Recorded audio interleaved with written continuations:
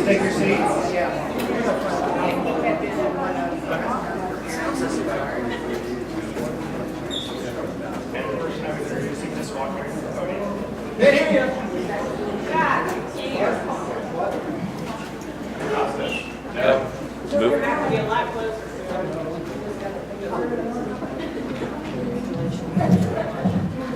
Better? I'm Patrick Horn, and I'm moderating this evening a question and answer session with the city manager, Deborah Mcdonnell. And how this came about is a gentleman I'm about to introduce.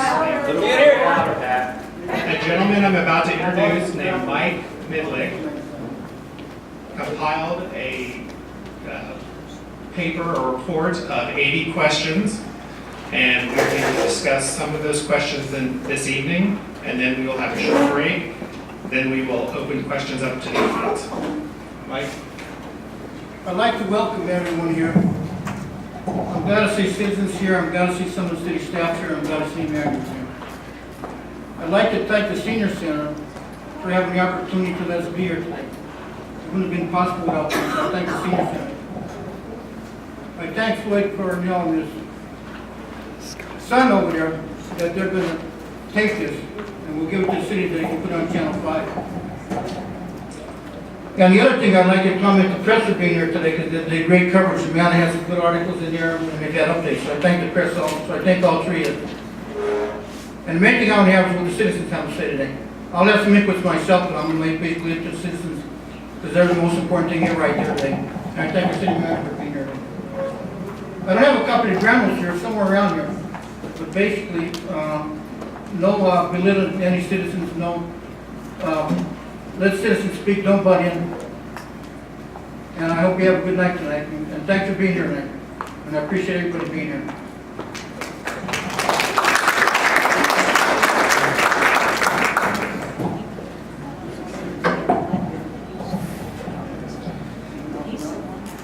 Okay, can you hear me now? Yeah. All right. Mr. Midlick spent a long time gathering unresolved citizen concerns and suggestions from various sources like council meetings, the newspaper fairbornspeaks.com, and his conversation with residents and business owners alike. He did a fantastic job of putting together an 80-point list, which was provided to Ms. McDonald some time ago. In turn, she provided basic replies to these 80 points. Obviously, we do not have time this evening to cover all of them, especially since we want to leave plenty of time for other audience questions. If you have a question, but prefer not to raise it yourself, feel free to complete a comment card in the back, and I will be happy to read it for you. To begin, we wanted to focus on some issues from the original list and narrowed it to these which met two criteria. First, it has to be easily summarized, and second, it has to have an identified and viable solution. So the questions for the first hour or so will follow this format. It will read a brief summary, and I'm going to have fun with this all evening, I can tell you.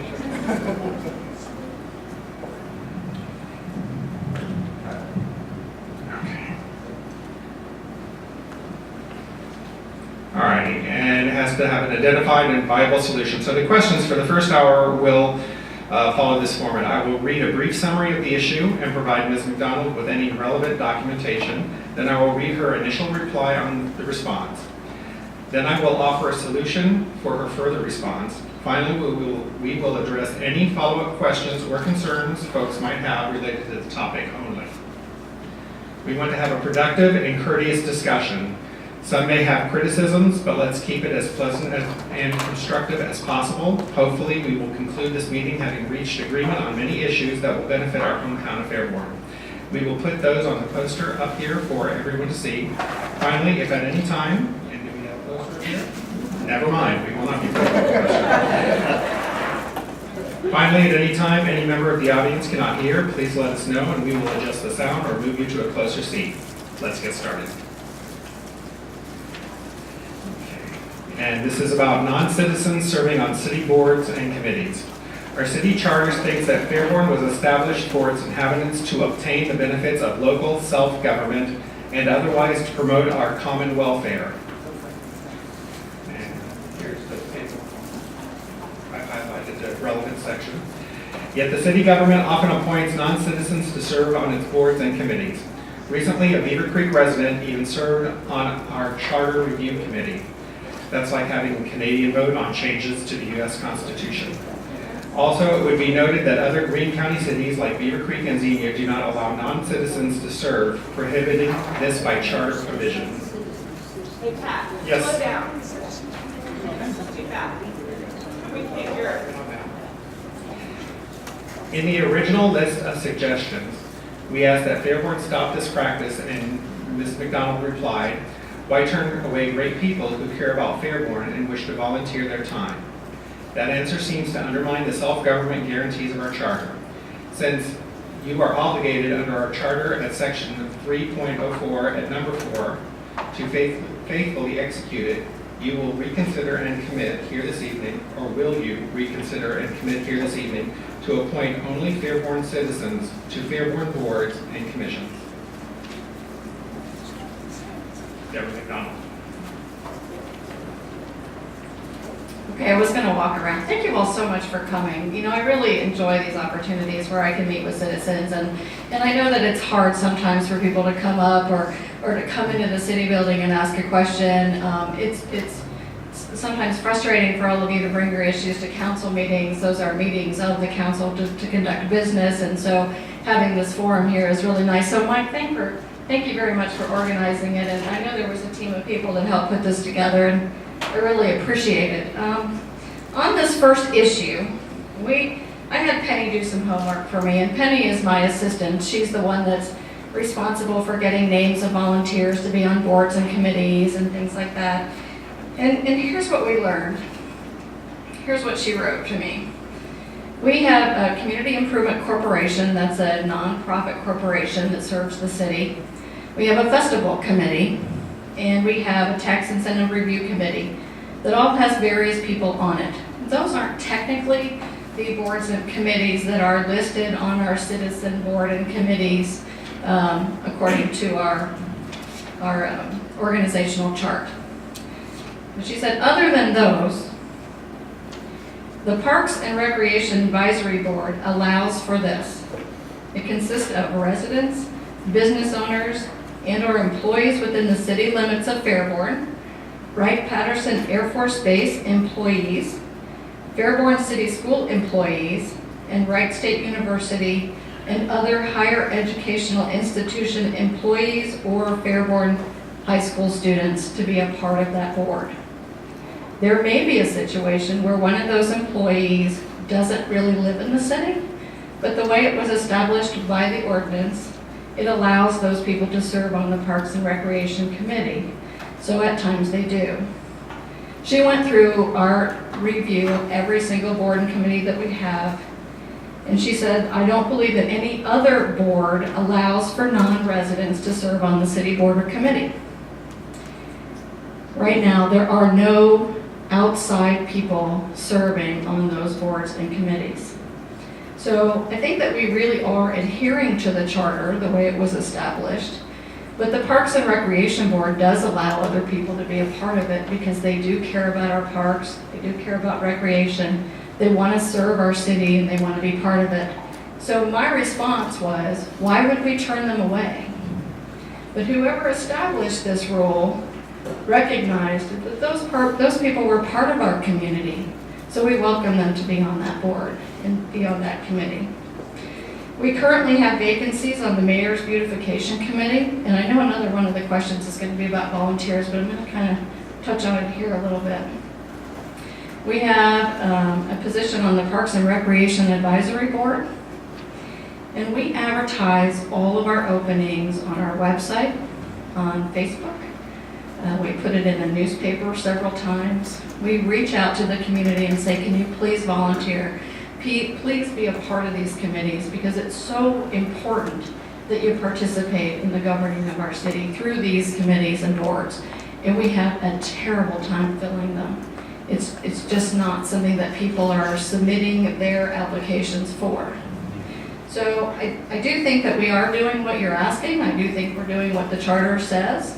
I know that there was one person that was appointed to the Charter Review Committee That's not a standing committee of the board, and that is at the luxury of our city council to decide who sits on that committee. So it's separate and distinct from the example that you gave for that with this. So does that answer your question? Does that answer your question? I mean, we don't have, well, What prevents this, what occurred on this is our charter, that an outsider was allowed to come in, and as Patrick said, that's like having a Canadian tinker in the U.S. Constitution. What prevents that from happening again? Beaver Creek and Xenia do not allow outsiders to serve on their city committees and boards, and that's in their charters. And we don't have that protection here, so we rely on better judgment, but evidently we don't have that. So what's going to prevent that from happening in the future? well, again, I think that, out of, I don't know how many years, and I don't know how often the Charter Review Committee actually is appointed by City Council, but I think to take that and apply it and say that we do that for everything, I think is really disingenuous. Well, they do it for the parks. You already said they do. But that was established, The parks. so you have to be a Wright Pat employee or Wright State University, and those are all people that associate with Fairborn. So it's not like we're asking somebody from Xenia to come in and be a part of our Parks and Rec. Why did their charters, can you imagine why Beaver Creek and Xenia say no? People who are not citizens here can serve on our committees and boards? I just don't understand it. So are you saying that there's no one outside of our city limits that care about our city? Has that to do with caring about it. Our charter does not apply to people who care about Fairborn. Our charter, our committees, our city applies to the inhabitants of Fairborn. Period. There's nothing in our charter that says anyone who cares, anyone who's a nice guy, anyone who serves on the Chamber of Commerce can trot in here and be involved in our government. It doesn't say that.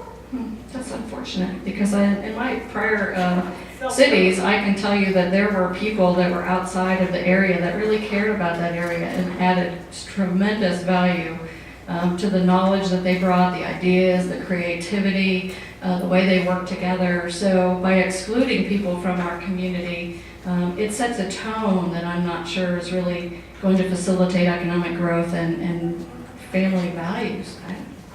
Donna, Are you you had your hand up. referring to Paul Newman, who served on the charter committee? Is that who you're referring Thank you, Dr. to? Pardon me? Are you speaking to me? Well, He is the person that I know. I wasn't referring to anyone in no, particular. but you said that there was one person that be on the charter committee that was not a resident. Correct. And that Paul? that was Paul, but he is a chamber director. Okay. He also has been a taxpayer of Fairborn for years and years, and actually, Excuse me, when Paul Newman says he is a taxpayer, he pays income tax. He doesn't pay real estate taxes, and that is very misleading.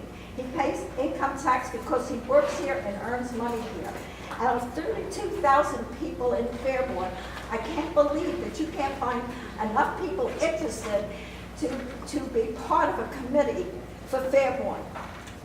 and it's very difficult to find people to be involved though, and I that's the put an reality. application in last year, and I even stopped in a couple of times to check on my application, and I kept on being told that I was not needed. And what did you apply for? Anything that you guys needed me for any other committees. Well, I'm not aware of that But you was situation. handed right there when I asked for it, and I handed it to you, it was right there with Penny. There were a couple people that applied to be on the planning board only. There were a couple people that were very specific about what boards they would serve on, and they wouldn't serve on other committees. And it makes it difficult when you have to make a I choice. didn't put it, I said anywhere you need it. And there's still 9 vacancies, so why haven't, don't you have a waiting list and a way to contact somebody like that wants to volunteer? Well, there is, if you put down specific things about what you want to do. Well, if there are 9 vacancies and she put down she'd like to be on anything, why hasn't she received a call? Because I'm not aware that that's what she put down, but we could look into that, so, She's saying that. well, okay, I'll look into it. I and guess we'll she's move a on. liar or what? I don't understand. Yeah. Maybe. Are we ready for the next one? Are there any other comments on the volunteers for citizen committees? Would you like to explain explain how someone volunteers? Because I don't. Oh, how they volunteer? Yeah, there's actually, you can just, in order to volunteer, you can contact the office. Katie Llewellyn is our volunteer coordinator. There is a process that you have to go through if you're going to be a volunteer for a long period of time. What we find with volunteers is they come in and we try to match them with their particular interest so that we can give them something that's meaningful for them to participate in. What we find are people want to do a one-time event, or they come in and they work for 1 or 2 times, but then they drop off, they stop coming. And so it's really difficult to find people that want to work on a continual basis. We've had people come in and want to work in the winter, but as soon as golf season opens, they're out playing golf and they don't want to come in and help anymore. So it's a challenge for us to find those volunteers. The people for the committees, again, it's very frustrating for Penny to find the people to fill in the slots. It's very difficult for our council when we do our annual review in September and October for different committees, for them to decide who's going to serve best on which committee. And there are times when they will ask if they'll serve on a different committee. So volunteering, you can go online and submit an application. You can call the city, you can stop into the city. I mean, there's just various ways. You do need to be 18 years old. We do background checks on volunteers if they're going to be working in the city for any length of time, because we need to be able to protect the people that work there. So there are some of those things that go on too, which you may or may not be aware of. Yes? Debbie, I volunteer for quite a few things, and I just want to say that a lot of the volunteers that I see are business owners. Fairborn business owners, and they volunteer on 3, 4, 5 different committees. They run a business and they find time to volunteer. And that's wonderful. I don't know how they do it, and I want to appreciate them. It's awesome. More people just took time out. I volunteer 3 hours a month. That's nothing out of my life. Nothing to make other Fairborn citizens enjoy their city. I volunteered July 4th committee. How many of you guys enjoyed the festival and the parade? It takes volunteers to do that. Rose, do you volunteer? Listen, my dear, I have been involved with it. I'm asking us, do you volunteer for Fairborn? I do anything that I have to, but I would like to ask you something, and I would like to ask the city manager something. How do you get the word out to the people? I see it all the time. Like she said, in Fairborn paper. Where do you see it? Fairborn paper. I go on the City of Fairborn website. I see it everywhere. Well, I don't see it everywhere. Yes, a lot of people don't have access to the city website, and the city website now has become a little difficult to manipulate. But you know, it's quite a good idea to have the volunteer program, perhaps on the water bill, to get the word out to everyone when they want to get the word out. They put it on the water bill. That would be a very good idea to do. Maybe, but I think more people read the Fairborn paper than they read a water bill. Absolutely not. Do you read your water bill? Do you actually read your water bill? Absolutely. I don't, I just pay May I it. ask you something? Okay, excuse me. Why did they put it on the water? Why did they put it on the other? Excuse me. Oh, I'm sorry. That's all right. We need to move on. We've only got a 2-hour time limit, and Ms. McDonnell is very busy. I apologize for interrupting you both. We've had a concern from one of the audience members. If you could, when you raise your hand to ask a question, if you could please state your name. So people know who they're talking, who's speaking. If you don't want to, don't. Dr. Geiger, one suggestion there. I know that in economic terms, it's got a lot to do when you're working on blight and you're planning on going street by street. It's hard for the city to get it all. So what do you think about maybe going to the precinct cap and seeing to get some citizens volunteers to help go through those streets? Because you can't get them all, to help just eliminate blight and point out the places. In other words, get some volunteers to help the economic development by going to the precincts cap and see if they get some volunteers in their precincts to do that, to help the city on. I think anything you do, Mike, to help the city out is a good idea. Yeah, that's what I'm Do saying. you agree? Yeah. All right. Yes, ma'am. I used to belong to PAC, Public Assistance Communications.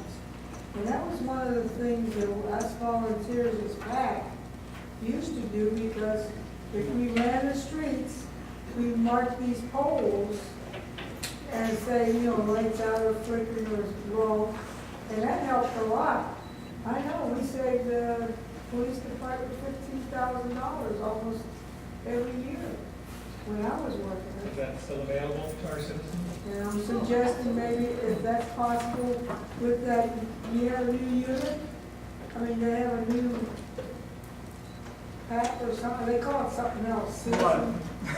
But you know, if you're out, that could be a job for them, because you can't carry guns and you can't carry, you know, anything else, but they're out helping the city with protection. Any other comments or questions on this? Yes.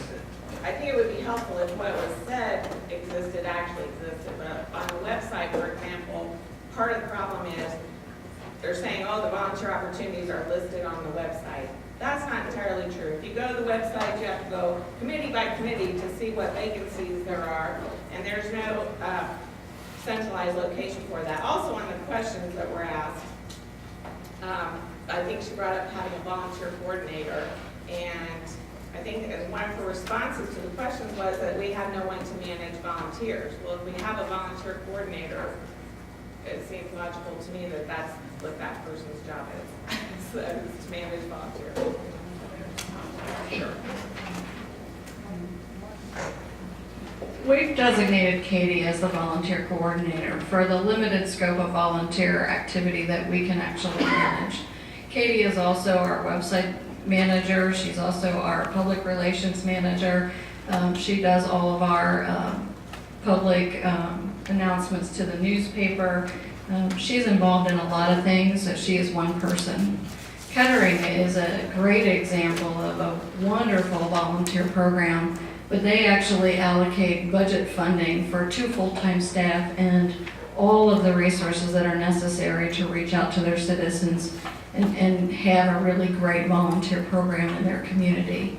I don't think that this community can afford that type of resource allocation, given our budget constraints and the things that we think are important, which are our police and fire, which is what we've tried to secure for the last couple of years. So we have one person, but she doesn't have the time to do that 100%, as you may be suggesting.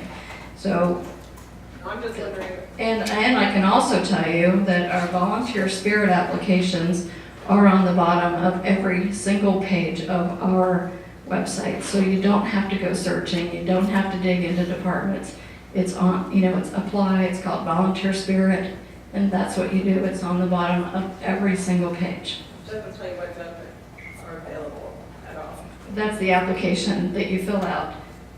That doesn't tell you, that's just. Well, again, we don't have the resources, the time, and the manpower to do all of the things you may want us to do on the website. We just don't have it. It hasn't been, Right, but then just don't say it's there if it's not there. but it is there. The application is there.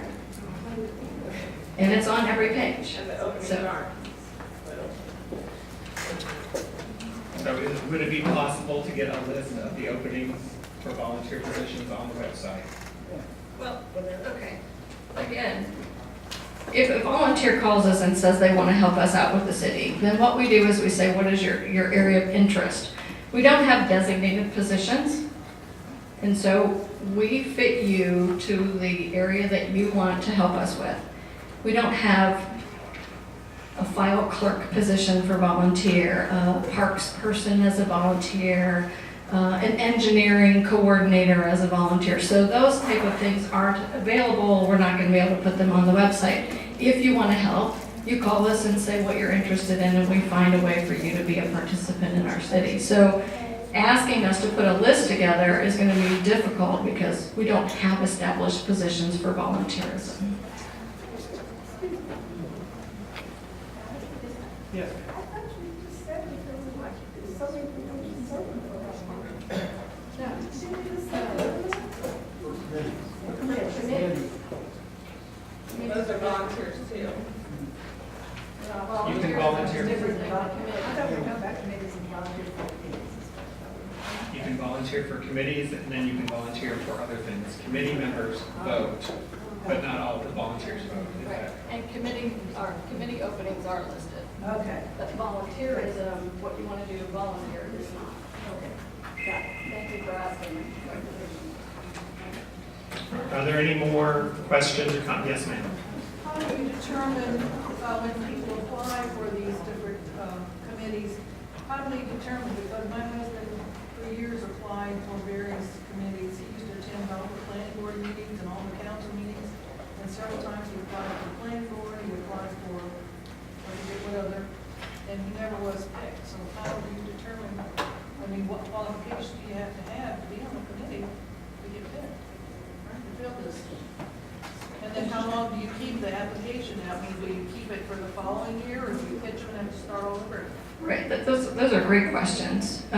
When we put a request out for volunteers for different committees and we say what is open, people will submit their applications. We collect them in my office. Penny does that for us, and she puts all of the applications together with a spreadsheet that says, this person applied for this one, and this one. And then that goes to city council, and they look through them and decide who they think is best suited for the position that's open. That's really a city council decision. And anyone who is not picked, we sometimes, as council will say, ask them if they'll be on this other committee instead of the one their first choice committee. And then if the person says yes, they'd be willing, we go back to council and say these people are willing. So again, all of the decision-making is done at the council level through the spreadsheet system. Anyone who's not chosen, we usually send them a letter and tell them that they can apply next time, or if they want us to keep their application open, we can. So again, we do send a letter saying that you have not been selected.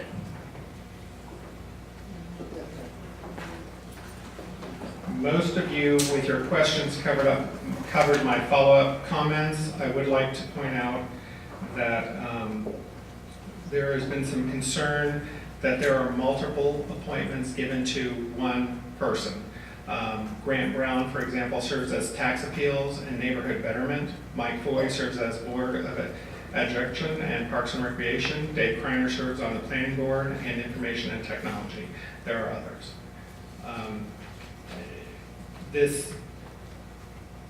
This seems to be nepotism. Can you discuss that a little, how you get on the planning board, or how you get on a different board? She's already done that. I think Right. the issue is why other cities don't allow multiple appointments and we do. Yet again, we allow stuff that they don't allow. And it makes no sense why we would want to have the same person appointed to multiple things. Again, I think that's a really good question. When we look at a board, say the Board of Adjudication, that is established to review any complaints about our utility billing that cannot be handled administratively through our staff. That board may never meet, ever, or it may meet a lot. So it is a board that's established that doesn't really have set goals, set objectives, and add value from the difference being the Parks and Rec. You've got somebody that's going to go to a meeting every single month. They're concerned about Parks and Rec.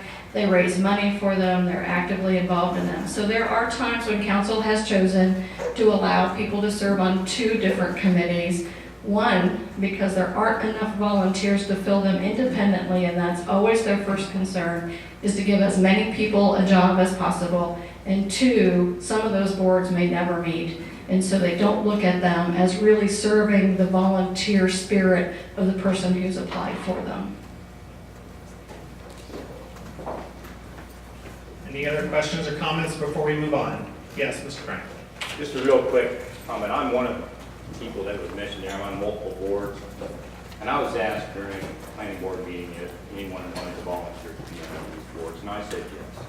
I have absolutely no problem anyone else volunteering for these other places. And I know other people that have called and they've been denied positions on the board. Now, I don't know why they were denied positions on the board, but I know people that are eager to serve on boards, any capacity whatsoever. It doesn't matter to me if you have an expertise in information technology or anything else. As long as you've got the desire to want to be there, I think that's the most important thing. And I think people are being turned away. I don't know why. And I think that needs to be discussed, not right now, because we're running out of time. 2 questions, we got 35 minutes into this. So I'm saying there's something going on that's not right here, and I throw it out there. Thank you. Okay, let's move on. Issues with the council meeting room. Many citizens have complained over the years about the poor sound quality in the council meeting room. The fact that staff and citizens speak with their backs to the audience is another impediment to hearing the meeting. Your initial answer on these issues was that the sound system was fine, but we are improperly using the microphone. You also stated that citizen comments are for council and not the audience. But of course, citizen comments are part of the public council meeting, governed by Ohio Sunshine or open meeting laws. These are summarized in an excellent manual produced by the Ohio Attorney General at Chapter 2, Section A3 of this manual. They discuss the issues of inaudible public meetings, and I have a document. In short, if the audience cannot properly see and hear the proceedings, the meetings are effectively closed, and such closed meetings violate the Sunshine Laws. Furthermore, surely common sense dictates that everyone attending a public meeting should be able to hear the proceedings. Could you explain to us, please, what improvements can be made to the council meeting room and when? We hired Absolute Music to come in and put in a quality sound system for us and to tweak that system so that it could properly be heard by the council members and the audience. We do have, and council can tell you, that I have constantly said to them, please speak into the microphone, speak to the back of the room, speak as though you were a teacher and you were doing a presentation to 200 people. I don't know how to get them to do that. And no offense, Dan, but those are some of the things that we've asked them to do. I don't think there's really anything wrong with the system. There are probably seats that allow